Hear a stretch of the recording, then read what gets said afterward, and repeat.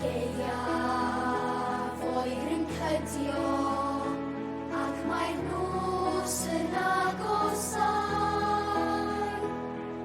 Y cwrlid gwyn yn lapio'r byd, a'r seren glair yn arwain ni, pan fod strydoedd yn gorlifo, a'r sled yn llawn o roddion lu, pan fod tymor llon yn hawlio'r byd, fe gofiwn ni am wyrth y cryd.